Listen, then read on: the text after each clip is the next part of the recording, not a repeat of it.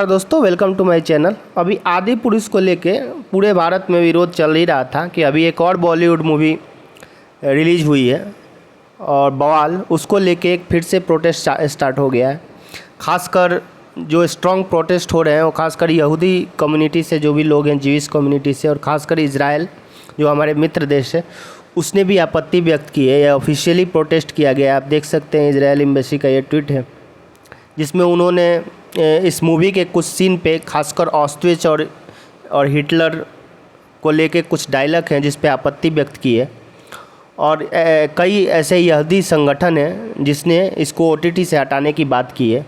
तो आखिर क्या है इस मूवी में और ये कौन सा डायलॉग है जिस पे विवाद चल रहा है, आखिर में ये ऑस्ट्रिच है क्या? तो इस मूवी में इस वीडियो में हम लोग जानने की कोशिश करेंगे। तो सबसे पहले इस मूवी के बारे में थोड़ा बैकग्राउंड जान लेते हैं। ये मूवी पहले सिनेमा हॉलों में रिलीज़ होने वाली थी, पर कुछ कारणों की वजह से इसको प्राइम वीडियो ओटीटी पर रिलीज़ किया गया है। और जब से रिलीज़ हुआ है ये मूवी, सिनेमा समीक्षक से लेकर दर्शकों ने इसके बाद इसकी आलोचना कहीं ना कहीं स्टार्ट हो गया है। सोशल मीडिया में भी आपको देखने को मिलेगा। बवाल एक बॉलीवुड रोमांटिक मूवी है, ड्रामा फिल्म है, और इसको नितेश तिवारी जो दंगल मूवी को भी निर्देशित किए थे वही उनके निर्देशक हैं, और साजिद नाडियावाला ने इसको प्रोड्यूस किया है। और वरुण धवन और जानवी कपूर इसमें लीड रोल में है। और ये कहानी लखनऊ की है जहां वरुण धवन और जानवी कपूर दोनों पति पत्नी होते हैं। और उस फिल्म में किरदार जो है उनका अजय दीक्षित और निशा के रूप में दिखाया गया है। अजय दीक्षित जो होते हैं वो हिस्ट्री के टीचर होते हैं, और उनकी पत्नी जो निशा होती हैं उनको एक बीमारी होती है जो लगातार दौरे आते हैं। आप आसान भाषा में समझिए तो मिर्गी, तो उनको लगातार दौरे आते हैं। जो अजय दीक्षित होते हैं लखनऊ में, वो अपने इमेज को लेके बहुत कॉन्शियस होते हैं। इसकी वजह से उन दोनों के बीच में लगातार रिश्ते ख़राब हो जाते हैं। इसी बीच में जब वो अपने इस क्लास में सेकेंड वर्ल्ड वार के कुछ टॉपिक को डिस्कस कर रहे होते हैं, तभी एक लड़के के जो उनका स्टूडेंट होता है उनसे बहस हो जाता है। उस लड़के को थप्पड़ मार देते हैं। वो लड़का वहाँ का एमएलए यानी विधायक का लड़का होता है। ये सब चलता है फिल्म में। दोनों पति पत्नी के लगातार बिगड़ते रिश्ते को लेके आखिरी कोशिश की जाती है कि दोनों द्वारा कि ये यूरोप के ट्रिप पे निकल जाते हैं, कि यूरोप के ट्रिप पे जाए, दोनों हीरो हीरोइन निकलते हैं ताकि इस रिश्ते को बचाया जाए। सेकेंड वर्ल्ड वॉर का जो होता है सीन है उसको रिक्रिएट करने का कोशिश किया गया है इस मूवी में। और पहले तो बहुत रोमांटिक ये फिल्म मूवी लग रहा है। आगे जो फिल्म आगे बढ़ता है, जो कहानी आगे बढ़ती है,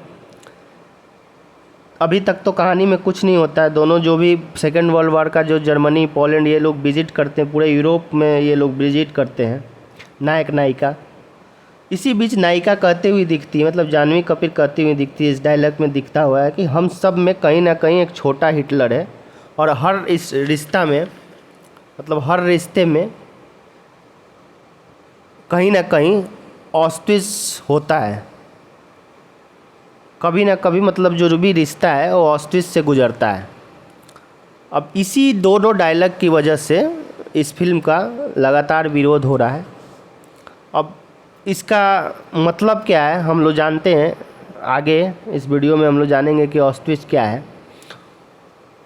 ये दो डायलॉग की वजह से इस फिल्म की आलोचना हो रही है, खासकर यहूदी संगठन जो है और इजराइल, कि ऑस्ट्रिच होलोकॉस्ट को कैसे इतनी आसानी से और हल्के से दिखाया गया है। हम लोग इस में बात करेंगे कि आखिर ऑस्ट्रिच है क्या, और ऑस्ट्रिच में ऐसा क्या था जिसको लेके उनकी भावनाओं को ठेस पहुंची है। जैसा कि हम लोग को पता है कि सबसे ज़्यादा ज्यूइश अभी अगर हम लोग बात करें तो इजराइल में करीब 75% पॉपुलेशन ज्यूइश का है। उसके बाद यूएसए, यूरोप और फ्रांस आता है।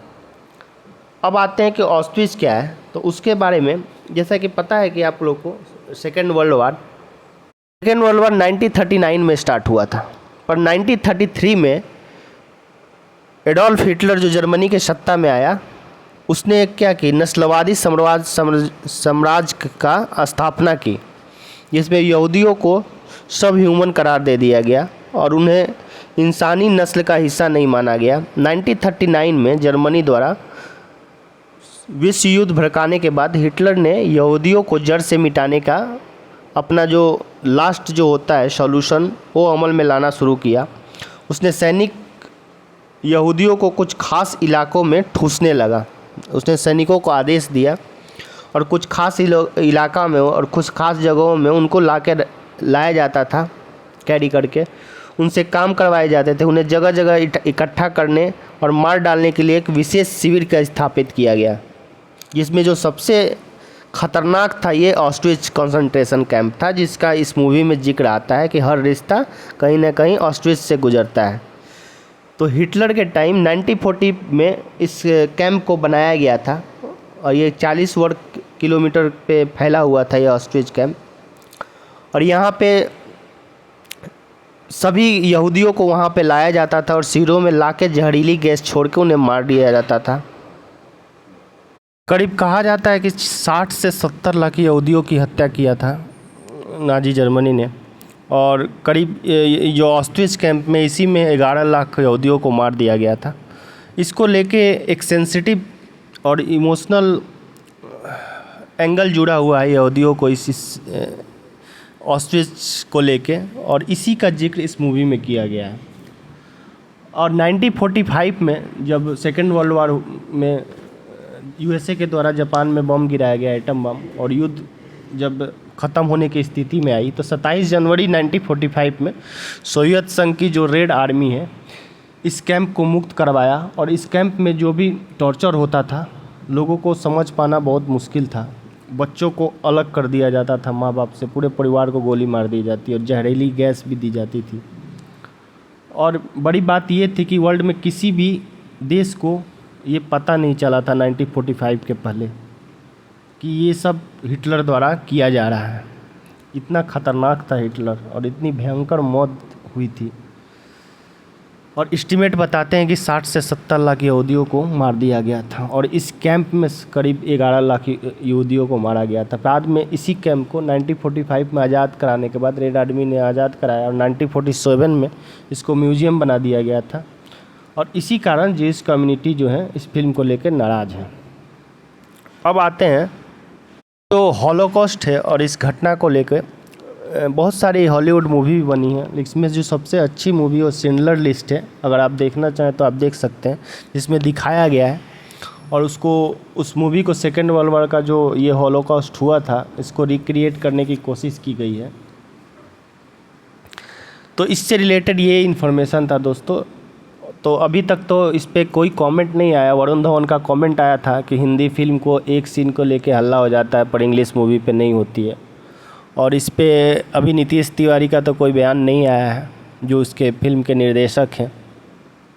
और ये फिल्म अगर न्यूज़ मीडिया की माने तो अच्छी कमाई भी कर रही है, कमाई भी कर चुकी है अभी तक। तो देखना होगा आगे क्या अपडेट आता है। अगर कोई अपडेट आता है तो मैं आपसे ज़रूर अपडेट करूँगा। For more update please subscribe this channel, like share and comment. Thank you.